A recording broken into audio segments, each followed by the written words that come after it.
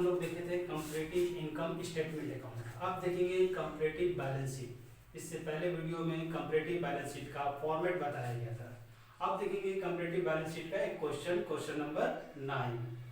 इसमें कह रहा है from the flowing balance sheet of Parveen limited on 31 December 2016 and 31 December 2017 prepare a comparative balance sheet. क्या बनाने बोला इसमें? Comparative balance sheet. क्या देखिए इसमें बोला है कंपैरेटिव बैलेंस शीट बनाने। आपको 2 ईयर का बैलेंस शीट दिया है 2016 एंड 2017। 2016 एंड 2017 का बैलेंस शीट दिया हुआ है और उसके बेस पे आपको बनाना है कंपैरेटिव बैलेंस शीट। देखिए जब कंपैरेटिव बैलेंस शीट बनाते हैं तो बैलेंस शीट का जो फॉर्मेट था उस फॉर्मेट के बेस पे सबसे पहले हम लोग क्या लेते हैं? Equity and liabilities. क्या देखिएगा सबसे पहले क्या लिया जाएगा? Equity and liabilities. Equity and liabilities में क्या आएगा? Share holders fund. सबसे पहले क्या आएगा? Share holders fund. Share holders fund में आता है इक्विटी शेयर कैपिटल और प्रेफरेंस शेयर कैपिटल। यहाँ देखिए शेयर होल्डर्स फंड में शेयर कैपिटल दिया है, ये नहीं दिया कि इक्विटी है या अगर इक्विटी दे या प्रेफरेंस दे तो आपको लिखना है इक्विटी शेयर कैपिटल और प्रेफरेंस शेयर कैपिटल। यहाँ क्या दिया है? Share capital. तो 2016 में दिया हुआ 10 लाख और 2017 में दिया हुआ 20 लाख। ले लिए हम लोग 10 लाख और 20 लाख। उसके बाद दिया reserve and surplus. Share holders fund में ही आता है रिजर्व एंड सरप्लस। कितना है? 6 लाख और 4 लाख। ले लिए यहाँ तक। ये क्या गया हमारा? इक्विटी एंड लायबिलिटीज का शेयर होल्डर्स फंड। जब भी हम लोग बैलेंस शीट बनाएंगे तो इक्विटी एंड लायबिलिटीज से शुरू किया जाता है। सबसे पहले शेयर होल्डर्स फंड लेंगे, उसमें शेयर कैपिटल लेंगे एंड रिजर्व एंड सरप्लस लेंगे। शेयर कैपिटल लिए, रिजर्व एंड सरप्लस लिए। इसके बाद आएगा क्या दिया? Non current liabilities. Non current liabilities देखिए क्या दिया? Long term drawing. उसमें 10% लोन दिया हुआ है। क्या दिया हुआ है? 10% लोन। तो नॉन करंट लायबिलिटीज में लॉन्ग टर्म ड्राइंग और डिबेंचर आता है। डिबेंचर तो नहीं है, यहाँ पर क्या दिया हुआ है? 10% लोन। अगर डिबेंचर होता है तो वो भी यहाँ पर आता है। ठीक है, तो यहाँ दिया 10% लोन। क्या दिया है? 10% लोन। 10% लोन कितना दिया हुआ है? 10 लाख एंड 16 लाख। कितना दिया हुआ है?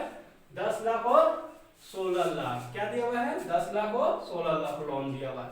इक्विटी एंड लायबिलिटीज में शेयर होल्डर्स फंड आता है, नॉन करंट लायबिलिटीज आता है और करंट लायबिलिटीज। 3 स्टेप याद रखिएगा। सबसे पहले आएगा इक्विटी लायबिलिटीज में शेयर होल्डर्स फंड, जिसमें share capital, reserve and surplus आता है और प्रॉफिट एंड लॉस अकाउंट आता है। नॉन करंट लायबिलिटीज में लॉन्ग टर्म ड्राइंग आता है, डिबेंचर आता है, लोन आता है। करंट लायबिलिटीज में जो भी आइटम दिया रहेगा जो आपको बैलेंस शीट में लिखाया गया है वो लेंगे। तो देखिए करंट लायबिलिटीज दिया हुआ, करंट लायबिलिटीज कितना दिया हुआ? 4 लाख और 8 लाख करंट लायबिलिटीज हो गई है हमारा। अब हम लोग क्या करेंगे? टोटल कर देंगे। लायबिलिटी साइड को टोटल करेंगे इधर तो 0 0 0 0 0 6 4 10 30 लाख। फिर इधर आएंगे, इधर करेंगे हम लोग 0 0 0 6 4 10 8 18 3 2 3 और 1 4 48 लाख। क्या आया हमारा? ये लायबिलिटी साइड का टोटल आया। लायबिलिटी साइड में क्या था? शेयर होल्डर्स फंड, जिसमें share capital, reserve and surplus. Non current liabilities में क्या था? लॉन्ग टर्म ड्राइंग में 10% लोन दिया हुआ था। क्या दिया हुआ था? 10% लोन लिए और करंट लायबिलिटीज को लिए। करंट लायबिलिटीज 4 लाख और 8 लाख दिया हुआ था, उससे लिए टोटल कर दिए। एसेट्स में आते हैं तो एसेट्स में आता है सबसे पहले देखिए नॉन करंट एसेट्स में क्या दिया हुआ? Fix assets. क्या दिया हुआ है? Fix assets. Non current assets में दिया हुआ है, यहाँ लिखेंगे नॉन करंट एसेट्स। इसमें दिया हुआ है फिक्स्ड एसेट्स। क्या दिया हुआ है? Fixed assets. फिक्स्ड एसेट्स आपको कितना दिया हुआ है?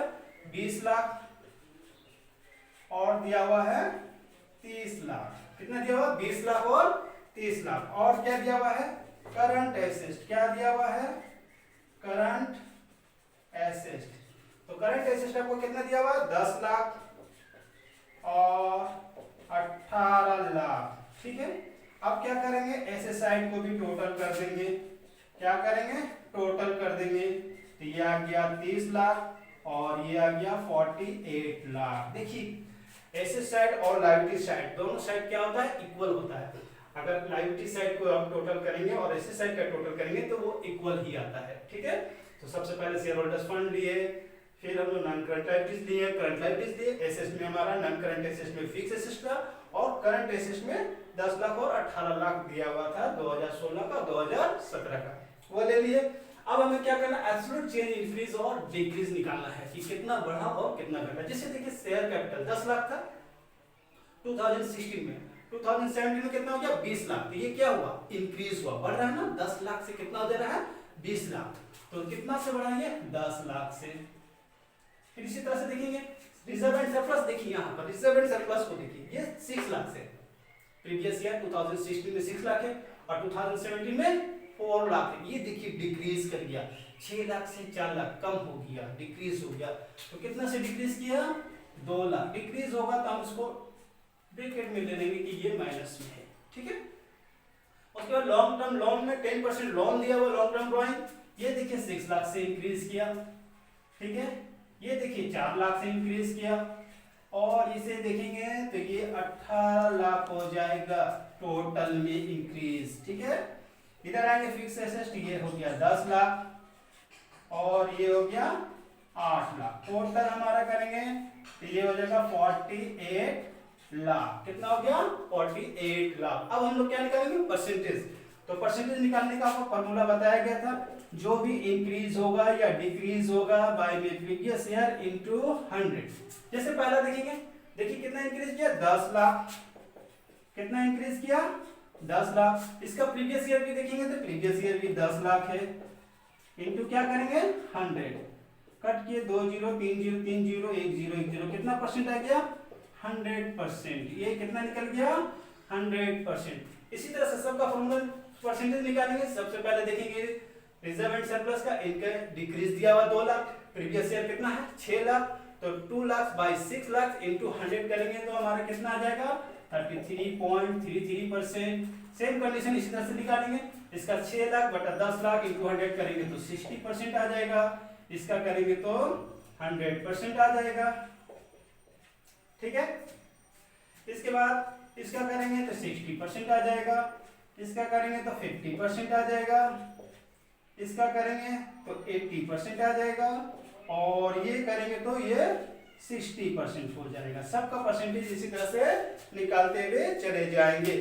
कैसे निकाले, जो भी इंक्रीज डिक्रीज किया उसका बाय में प्रीवियस ईयर, इंक्रीज डिक्रीज किया बाय में previous year, increase decrease 4 lakh है उसका प्रीवियस ईयर 4 लाख है तो 4 लाख बटा में 4 लाख इनटू 100 करेंगे, 100% ही आ गया। इसी तरह से 18 लाख बटा में 30 लाख इनटू 100।